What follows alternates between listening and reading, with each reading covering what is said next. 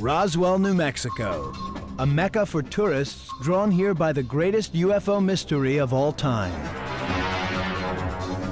Area 51, a military test site so super secret, visitors can only guess at what's really going on.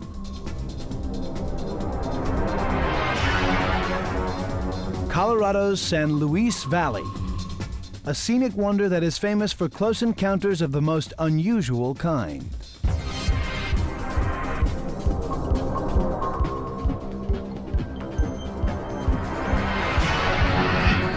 Join us now as we journey to the mysterious corners of the Southwest.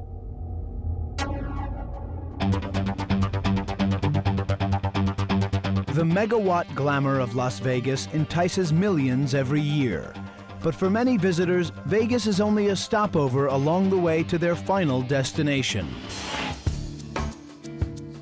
Some determined tourists drive 150 miles northwest to a place that has no gambling, no fantastic floor shows.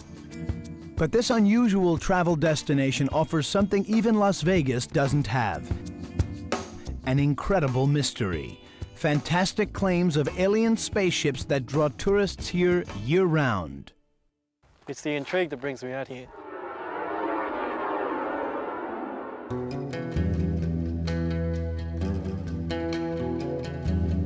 It's called The Box, the Watertown Strip, Paradise Ranch, Red Square,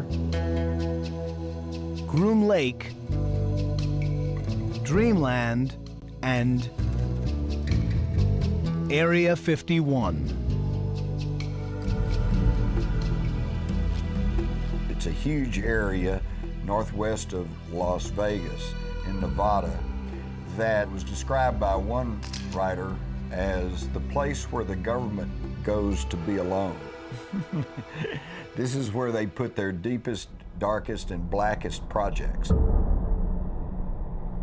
It's just locked off, it's fenced off, you can't go there, forget it. 1, 2, 3. Nevertheless, people come from all over the world to stare at this bleak landscape, trying to catch a glimpse of its mysteries. This place has such a great reputation being, you know, all that UFO stuff and aliens and all military, secret military operations and all that. So it's just interesting. I wanted to see that. Don't expect a welcome wagon. Top secret Area 51 is part of an enormous military complex, a region the size of Connecticut. It includes Nellis Air Force Base and the nuclear test site where the U.S. detonated A-bombs in the 50s.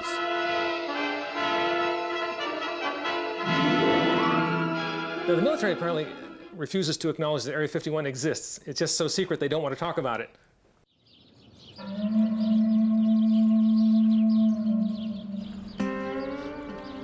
There is a lot of nothing out here in Area 51 country, but there is also a little bit of down-home America. Rachel, Nevada. It's not much to look at, just a hodgepodge collection of double-wide trailers, RVs, satellite dishes, and propane tanks. It's got one gas station, one restaurant, and one motel, but it's also got one big draw. It's the town closest to Area 51, the only place west of Las Vegas where you can eat, sleep, get gas, and buy little alien souvenirs. An alien driver's license, what do you think? Well, we've got alien, some kind of hat, kettle like that. And we've got the Area 51 cap. And a stack full of t-shirts for every kid in the neighborhood. Everybody say abduction. Abduction. Yeah. Some might call Rachel, Nevada a textbook example of the middle of nowhere, but local residents don't agree. No, we don't say the middle of nowhere, we say the middle of everywhere. That nowhere doesn't get it. In 1965, Faye Day and her husband were the first to move here back before there was a town. Now the tiny community boasts a population of about 100. We do have some that work at Area 51. But they don't tell us what they do. Only government officials know exactly when Area 51 came into being or who authorized it.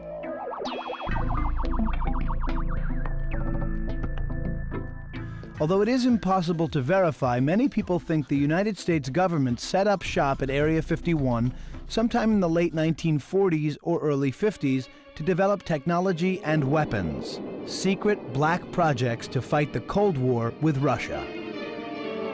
Like most of the residents of Rachel, Nevada, Faye takes their proximity to the most top-secret base in the country very much for granted.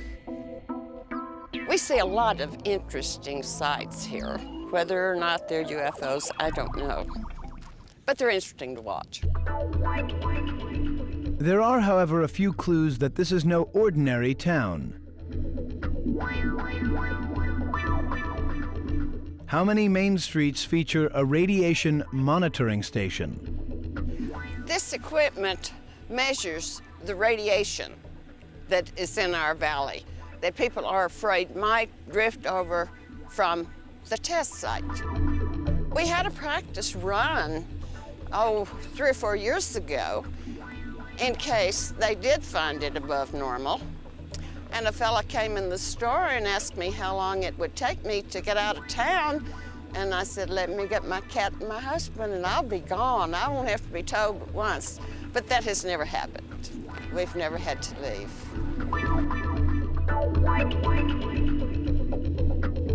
The general cloak of secrecy successfully kept Area 51 off the public radar for decades. No one but desert rats paid much attention to it. Then, in late 1989, people started coming to Area 51 by the busload because of an incredible story that drew heated criticism as soon as it became public. The story was told by this man, Bob Lazar. He claimed he was a physicist, had worked inside Area 51, and that he saw 9 spaceships of varying sizes, crafts he claims were clearly alien in origin. Absolutely alien craft, there's no question about it. Lazar also alleges he saw one of the saucers in flight.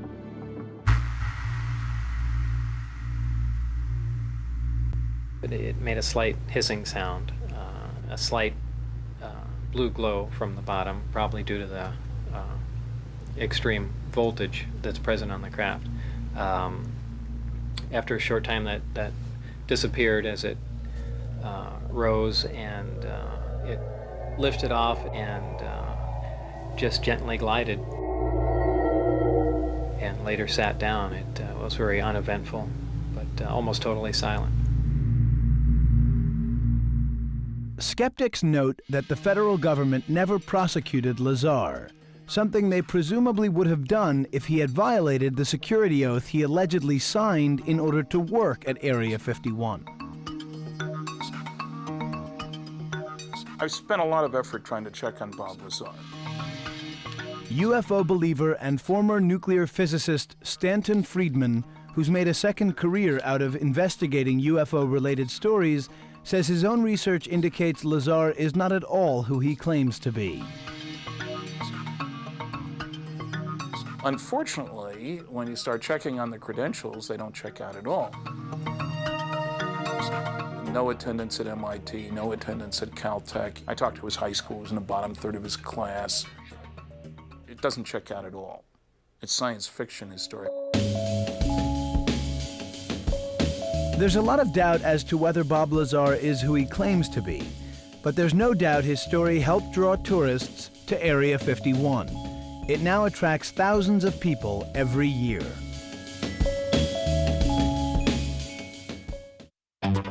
Before 1989, the top-secret military test site known as Area 51 attracted little more than avid aviation buffs and buzzards. But then Bob Lazar's sensational claims of UFOs brought international attention to the place. Area 51 was suddenly UFO Central. Sean Morton, a UFO enthusiast, writer, and entrepreneur, organized busloads of people for campouts at a place they called Freedom Ridge.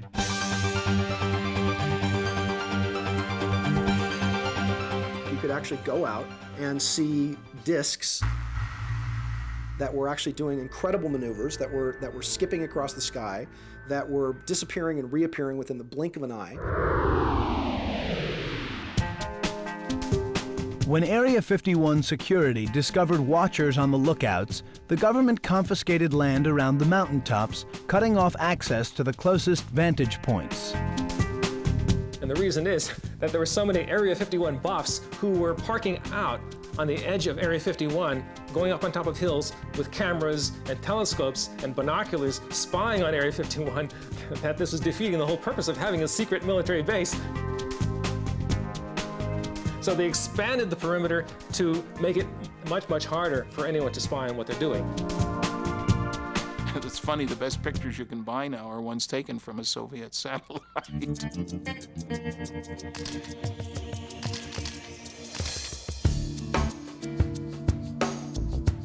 Whatever the military may have done to secure the secrets at Area 51, avid UFO watchers say the mysterious sightings continue.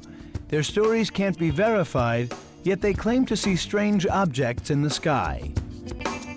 My niece and I watched a craft in the sky one night. We actually put it on the clock, on a watch, for over 10 minutes. The maneuvers that the craft did were very fast, up and down, sideways, and in very tight maneuvers. Chuck Clark is a photographer who makes his living shooting photographs of the stars in the skies above the Nevada desert. Despite gazing at the heavens for a living, he has never photographed a UFO, but he claims he once caught a glimpse of something over Area 51. He thought it was a flare, but alleges it may have been something more. It was nearing the ground, and I figured, well, it's going to start a fire, and security's going to have to come out and put this out. It'll be good for a laugh.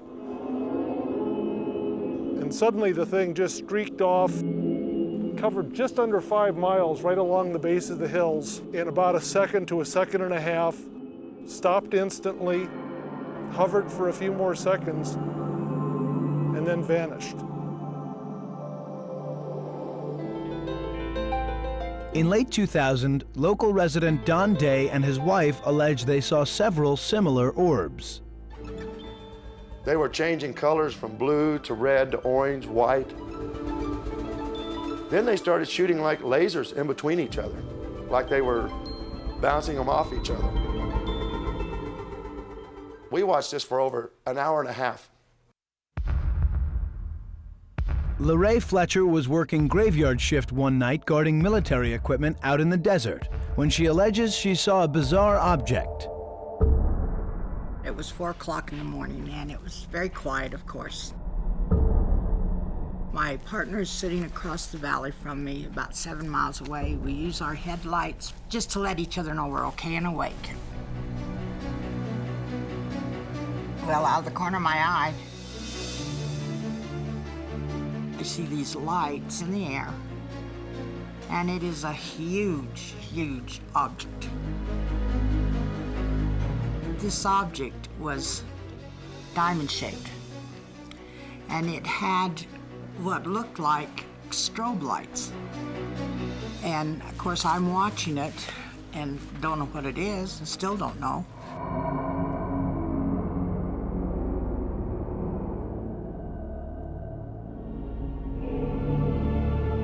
Whatever it was, LaRae claims it was as big as half a football field. Over the years, she's run into a lot of people who doubt her story, but she doesn't budge on a single detail. I just tell them, seeing is believing. You believe what you want to. I know what I've seen, and you believe what you want to. That pretty much sums up the philosophy of everyone in Rachel, Nevada. For the owners of the town's only restaurant, Area 51 is unquestionably a blessing. It's been a snowball that we've had a hold of. And the Little Alien made a great name for our place. The thing I think that's so much fun is when somebody comes in and they're struggling with the name of our place, Ollie, and all of a sudden they put it together as the alien. And it just lights people's faces, and it's so much fun. There's more fun. Order up, please. Here you can get a piping hot alien burger made with... Freshly ground alien. What else? Another must-see in Rachel, Nevada is the Area 51 Research Center just down the road from the Alien. There's a lot of rumors. We try to tell people what people think is going on out here and then show them what is actually fact. Go ahead, this is Scorpion Base. Like Rachel itself, the research center is modest and unpretentious. It's mostly a guy in a trailer listening to a police scanner that broadcasts radio chatter from Area 51. Any little tidbit of information may shed some light on what's going on out there. You never know what they might let slip. Occasionally, clearance from the base of some kind of secret project. They'll actually announce those sometimes as they fly through the area. Of course, that helps us here too, especially if they're going to come over us. We can get a heads up before that happens. Half a dozen times a year, Nellis Air Force Base hosts international war games. Competitions called Red Flag. They call it the most sophisticated, most realistic war games done in the world. Typical day out here, you'll see dogfighting, bombers that go over town. Definitely a lot of military traffic. Not a lot of civilians, it's usually all military. Of course, the American stuff will be the majority. A-10s, F-16s, F-15s. But also, of course, foreign craft, because this is an international war game.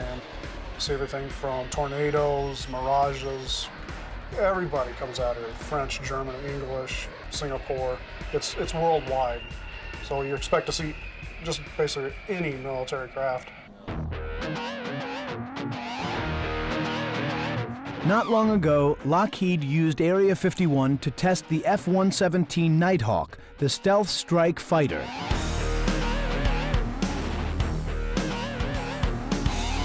During the Gulf War, the Nighthawk made an impressive debut. That first attack on Baghdad, Iraq, for example, that was led by the F-117 stealth fighter, and they never saw it coming.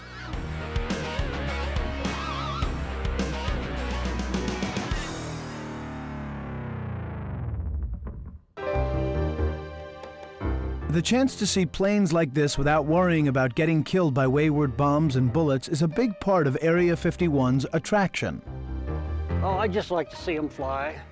I just hope to see anything. I've seen some pretty good action.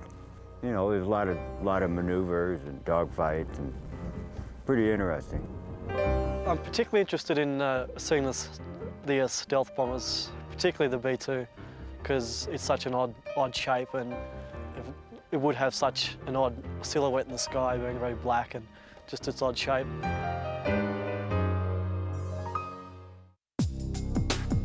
Area 51 watchers believe unmanned aerial vehicles like those used in Afghanistan are the latest equipment developed there. For the best view of all this, take a ride out to the Extraterrestrial Highway. Yep, that's the official name. Rachel is the only community on the Extraterrestrial Highway, and it's been a fun experience for everybody, that not only the people that come here, but for the people that are here on a permanent basis. Want more fun? Now that we've explored the sights on the Extraterrestrial Highway, we're gonna head northeast to the place known for spectacular mountain views and mysterious objects in the sky.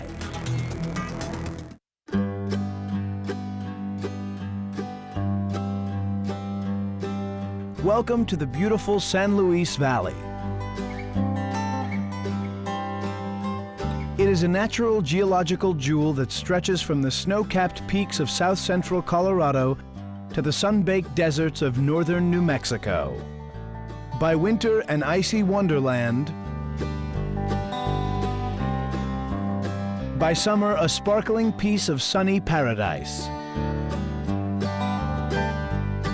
Measuring 80 miles long and 50 miles wide, San Luis is the largest alpine valley in the world.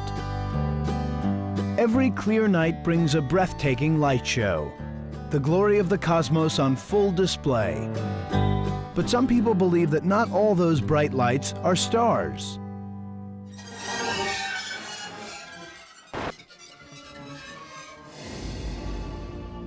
In the small towns like Salida and in the sparsely populated counties of Saguache, Alamosa, and Taos, there are people here with curious tales to tell. December 23rd, 1999, this mysterious pillar of light looked like it was shooting up out of the ground into the sky. This giant black mass just went down the middle of the valley. Absolutely unexplainable.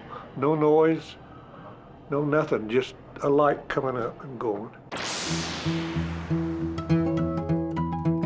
Beautiful Salida sleeps peacefully in the heart of the Rocky Mountains, at the geographic center of Colorado and the northern entrance to the majestic San Luis Valley. It's an old Wild West town that's been transformed into an artists' community of painters, sculptors, and silversmiths.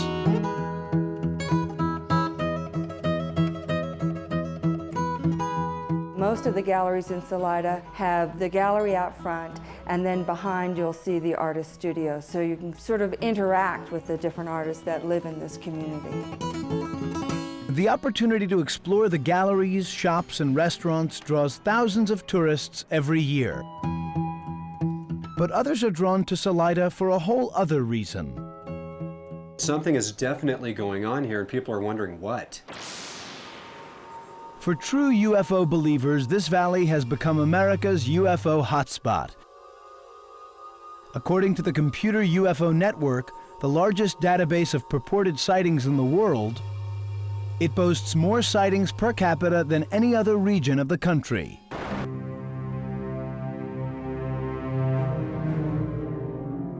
In fact, not too long ago, this tiny town captured international attention as the site of what some consider to be one of the most intriguing purported UFO sightings ever captured on tape.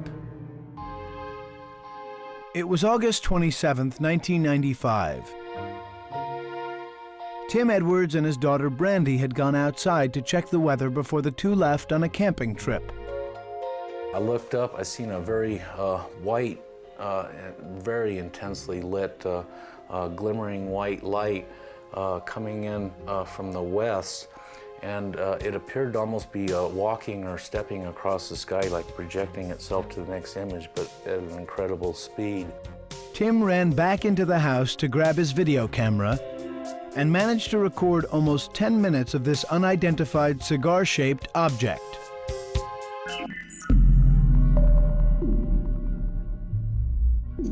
It's truly an unidentified flying object.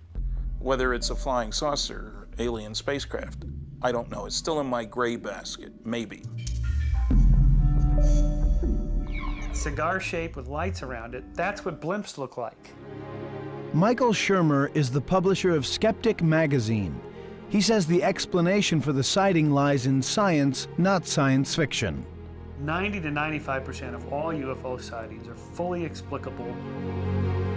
Usually, unusual aircraft or aircraft moving at a strange angle that it's hard to see.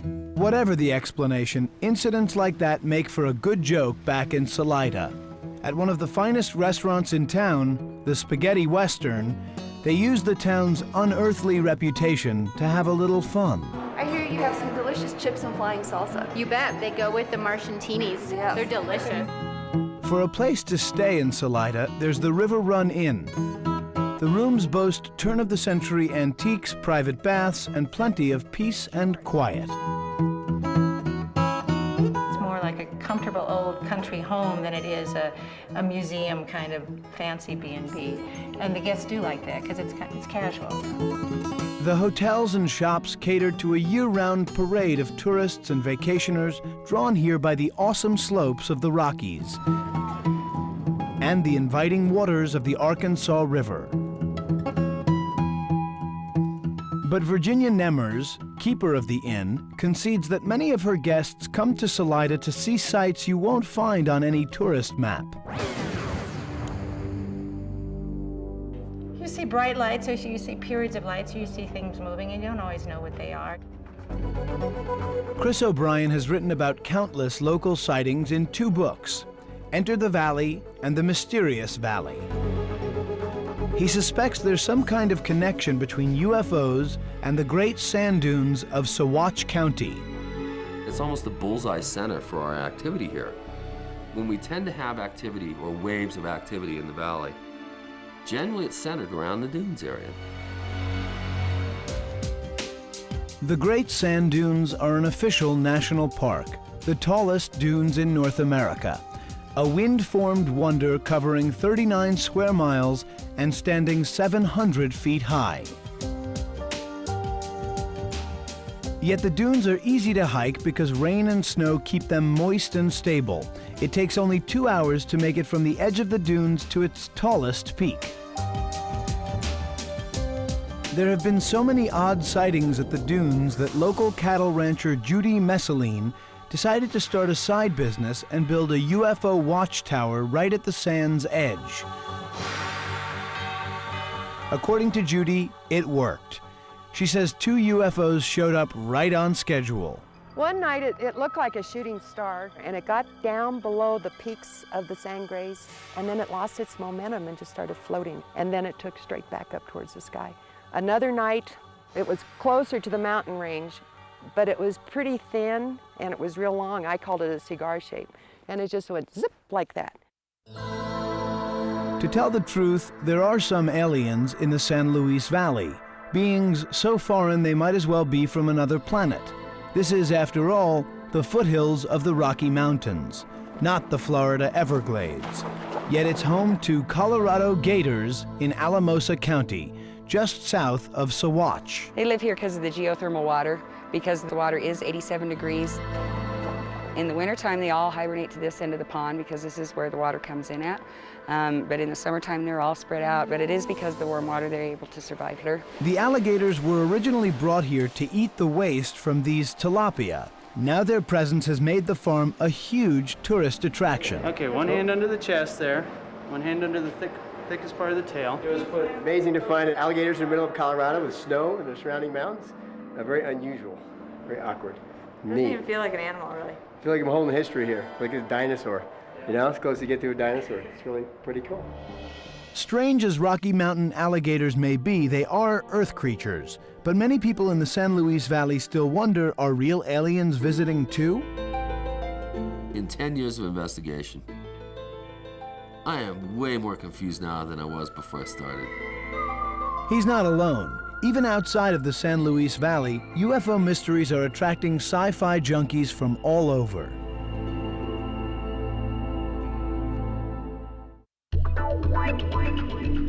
The true pilgrimage for devotees of all things extraterrestrial begins here, in a dusty little town about 250 miles southeast of Albuquerque, Roswell, New Mexico. Roswell is, by anyone's definition, a nice place to visit.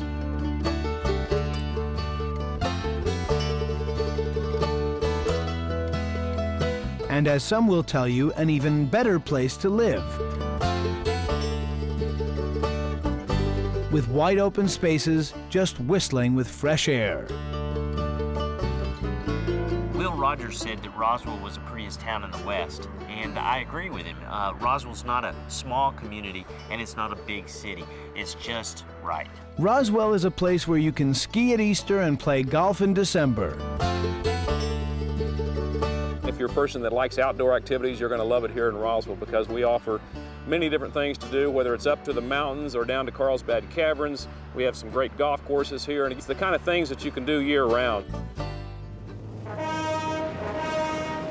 During World War II and throughout most of the Cold War, Roswell was the site of Walker Air Force Base, one of the largest installations operated by the Strategic Air Command. But the base was closed in 1967, and today it has been converted into a civilian air center. So now, besides great weather and its proximity to outdoor fun, Roswell is known for dairy herds, green chili peppers, and down-to-earth people. Then, of course, there's what locals call the incident. In fact, the incident is what Roswell is most famous for. It's the main reason this town of only 49,000 residents is visited by hundreds of thousands of tourists each year. From all over the world, they come to visit the spot where a mysterious event took place more than 50 years ago. The Roswell incident is one that just will not die. It's a fascinating incident because we know that there was an Air Force cover-up there. And so when people talk about cover-ups, this is a case where there really was one. The Roswell story has taken on epic proportions of mythology because, and here's the real story, it really became a story in the 70s with the publication of mass books and magazine articles and so on that launched it into the public consciousness. The Roswell story is one pieced together from newspaper accounts at the time, reports issued years later by the U.S. government, and from people who claim to have been eyewitnesses. No matter what the source, all accounts agree something happened that night. There was an explosion. There was a sound that didn't resemble the regular thunder. Well, the night of July 7th, we was doing our nightly chores, and Dad said, "My gosh, what made that bright light?" And we looked up, and we could just see that object going over. They looked up, and they heard a noise. And there was a bright light and a crash. And they thought, oh my God, a plane had just crashed. Somebody needs help. The year was 1947. The town of Roswell, New Mexico was getting ready to celebrate a long 4th of July weekend when, out of a stormy night sky, eyewitnesses claimed they saw something extraordinary plunge to Earth. And whatever it was, it didn't look like anything they had ever seen before. By all accounts, the first one on the scene was a ranch foreman named Mac Brazel. He goes out and he finds this area, 1/2 to 3/4 of a mile long, a few hundred feet wide, with very strange wreckage, debris, call it what you want. But he couldn't find anything conventional. This is what bugged him. I mean, airplanes have standard pieces, you know, whether it's rivets or pieces of metal or electronic tubes or wiring. There was nothing like that anywhere. He started to examine the material and noticed that it also displayed characteristics that were, to his impression, far superior to anything that we had at that time. Mac Brazel called the Army Air Corps base and was put in touch with Colonel William Blanchard, commander of the 509th Bomb Group, the same outfit that had dropped the atom bomb on Japan. Colonel Blanchard assigned his intelligence officer, Major Jesse Marcel, to investigate. Major Marcel and one of his cohorts came out, spent the night out here in this little shack, and got up the next morning and went out to the debris field. Major Marcel collected pieces from the site and brought them back to his supervisor, Colonel William Blanchard, for inspection. Walter Haut, then a 25-year-old public information officer at Roswell Army Airfield, was ordered to issue a press release. In essence, that we had in our possession a flying saucer that had crashed up north and west of Roswell, and that it was being flown to Fort Worth to be turned over to General Ramey. And that was the end of it. But that was far from the end of it. Within hours, the Roswell story circled the globe. The headlines screamed, "Flying saucer falls to Earth." Reporters called from such faraway cities as London and Los Angeles. It just was like a snowball. It just grew and grew and grew. We made headlines and radio. There were a lot of them that interrupted their programming and gave the information that we had in our possession a flying saucer. Then, just 24 hours after the story hit the papers, it was over. It was all a mistake, the Army said. What was thought to be a flying saucer was in fact only a weather balloon. It died pretty fast. I think the main reason was the fact that General Ramey got out a press release post-haste which stated that we were wrong. It was not anything fantastic, it's just a weather balloon. And if the general says it's a weather balloon, guess what? It's a weather balloon. UFO authors like Stanton Friedman think the world was duped. The notion that the people at the Roswell Army Airfield, the home of the only atomic bombing group in the world, couldn't recognize a weather balloon and radar reflector when everybody there was familiar with the use of such things is absurd. The physicist Tom McDonough believes that back then, the Roswell witnesses didn't really know what they saw. It's easy to jump to the conclusion that just because this fellow had not seen that kind of apparatus before, that it was alien apparatus. That doesn't mean it at all. There are all kinds of strange apparatus that you will find in any good laboratory that the average person or the average soldier would not recognize if they walked into the lab. When the weather balloon story was released, interest in the Roswell mystery virtually disappeared. As time passed, people talked less and less about it. Eventually, they stopped talking about it altogether. Then, in 1978, Major Jesse Marcel, long retired and in ill health, decided to reveal what he claimed was the truth. Jesse was the Army intelligence officer who'd been assigned the job of investigating the crash back in '47. This is an excerpt from an interview done by WWL-TV in New Orleans, Louisiana, one of the few television interviews Marcel granted. I was amazed as to what I saw. The amount of debris that was scattered over such an area. It took me a while to realize that there's something strange about it.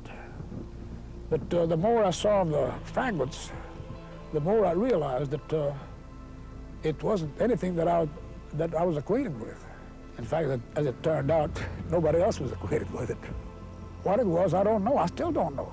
Despite the official explanation issued by the Army, Jesse did not believe that what he saw was the wreckage of a weather balloon. I proved by trying to burn it, it wouldn't burn. I tried to break it, it would not break. After Jesse Marcel went public with his recollections, the town of Roswell, New Mexico quickly began to get famous again. And as it would turn out, Jesse wasn't going to be the last person to come forward with astonishing claims of strange sightings.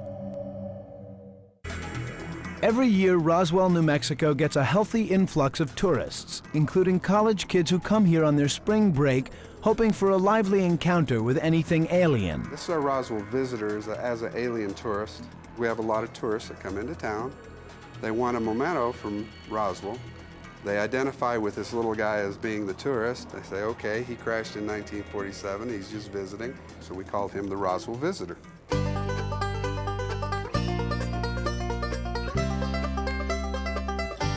A simple stroll up Main Street is all it takes to make you feel right at home. Stop in at any one of the local shops and you'll find they cater to the needs of the most discriminating space traveler. Starchild originally became a concept in 1992. It was a joke between me and my sister-in-law, and I did a little sculpture on a board and made a refrigerator magnet out of it of a crashed spaceship, called it the UFO incident in Roswell. Boom, they started to sell, and we've sold thousands of them since then. Just down the street from Starchild is the Alien Zone, where you can have your picture taken with extraterrestrial imposters. It's a fun place that looks at the lighter side of Roswell's fame. For every UFO fan, the highlight of a trip to Roswell, New Mexico may very well be this place. Because as you might expect from the UFO capital of the world, Roswell has a museum completely dedicated to unidentified flying objects. We probably have, I would guess, an average of 5 to 10 sightings a week that are called in or from visitors that are here. They go around the museum and then look and say, you've got pictures of everything except the craft I saw. And then we refer them to the library where they will do a sighting report. They stop because the stories about the Roswell mystery remain intriguing to this day. After Jesse Marcel Sr., the Army intelligence officer assigned to investigate the strange crash, went public in 1978 with his recollections, more people came forward with incredible stories. And so did the skeptics. It started with a little nucleus of Cold War secrecy. Over the years, that little nucleus of Cold War paranoia has grown into an interesting story that is probably 99% false. The Roswell story continued to change. 3 decades after the mystery first surfaced, the military continued to battle rumors as more people came forward with astonishing claims of strange sightings that night in 1947. On the night of July 4th, radar technicians at the White Sands testing grounds recorded what appeared to be an enormous crash on their radar screens. Frank Kaufman, an intelligence expert, was in the control room at the time. This is the last interview Mr. Kaufman granted before he died in early 2001. All of a sudden, the screen just lit up, just blasted right up in light. And we didn't know what that was. Frank Kaufman said he was part of the intelligence team sent to investigate the crash. All we saw was a glow, and we didn't know what it was. But the closer we got to it, the shape began to shape up, see? And there was no round disc. It was shaped kind of like T-bird, like this shape, see? But Frank Kaufman didn't just claim he saw a wrecked spaceship, he said he also saw alien bodies. We saw one person, or one individual, one alien, leaning up against the arroyo. The other one was half in, half out. And so we had to wait till the chemical unit got out there to verify that it was safe to get close. Did Kaufman really see alien bodies, or was there another terrestrial explanation? It's possible he saw test dummies, or perhaps people that had been experimentally parachuting from high altitudes. Monkeys that were used experimentally who had their hair singed off and they looked kind of alien-like. Any of those are entirely possible. While these provocative stories continue to attract thousands of people to Roswell every year, the city isn't just about tiny creatures from outer space. For a dose of Earth history and American culture, check out the Roswell Museum and Arts Center. The Roswell Museum and Arts Center is one of the greatest museums in the Southwest. It has a little bit of everything. It has art, it's got history, it's got space science. A renowned, internationally significant collection of Robert H. Goddard's work. Goddard was here in Roswell for 11 years doing his experimental research in liquid-fueled rocketry. We also have a wonderful collection that is known as the Aston Collection of American Indian and Western Art. It's a fabulous collection which includes Plains Indian materials, westward expansion materials of the Euro-Americans, and it's also got materials from Spanish conquest in New Mexico. The Roswell Museum is known for a fantastic fine arts collection that includes the regionalists Peter Hurd and Henriette Wyeth.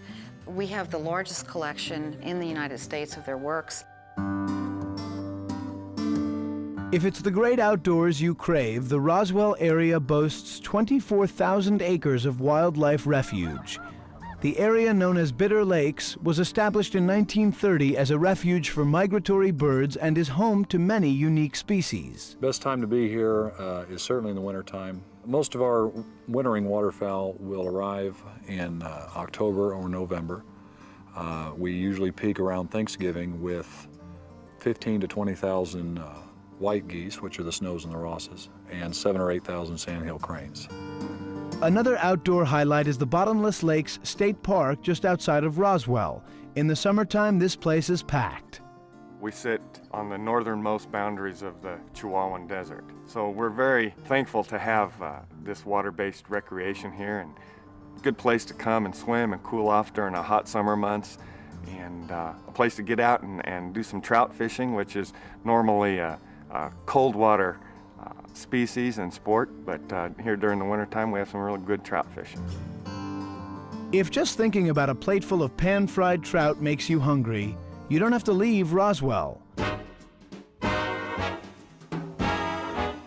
Some of the best eats in the Southwest are just a few blocks in either direction. People, when they come to Roswell, are definitely looking for two different types of food. They're looking for the local fare of Mexican food, or they're looking for a great steak. Locals tell us for the best steak in town, Cattle Baron should be at the top of your list. The steaks here are hand-cut.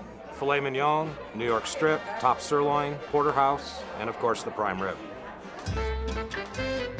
People from this part of the country like their food spicy, which means they put chili peppers on almost everything, and if you think one chili is just like another, think again. Just ask Joe, the owner and chef at Popo's restaurant. He'll tell you the best chilies are grown right here in Roswell. Don't believe him?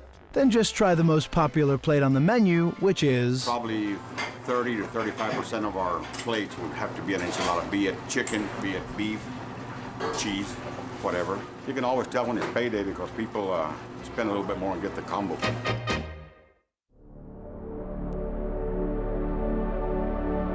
Today, Roswell, New Mexico looks just like Will Rogers once described it. The prettiest town in the West. Not the type of place you'd associate with flying saucers or creatures from another planet. And yet every year tourists keep coming to hear the stories and to decide for themselves what might have happened here in 1947. As for the witnesses, they remain convinced they saw something extraterrestrial, no matter what the skeptics say. In talking with my dad years later about this, he never wavered one iota as to what he thought it was. It was always, to him, something that came from outer space. And knowing what I saw, I have to agree with that. What would I gain by making up a cockamamie story of this kind? Especially with the damn Army, military, Navy, Marines, and everybody else to back them up. So, yes, it happened. Now, whether you believe it or not, that's your problem. It's not impossible that aliens have come here. It's just no evidence for it. Look, here's the bottom line. These guys have had 50 years now of blurry photographs, grainy videos, and anecdotes about things that crashed in Farmer Bob's field at 3 in the morning in Pucker Brush, Kansas. I've had enough of these stories. Show me the body, show me the spacecraft, or go home.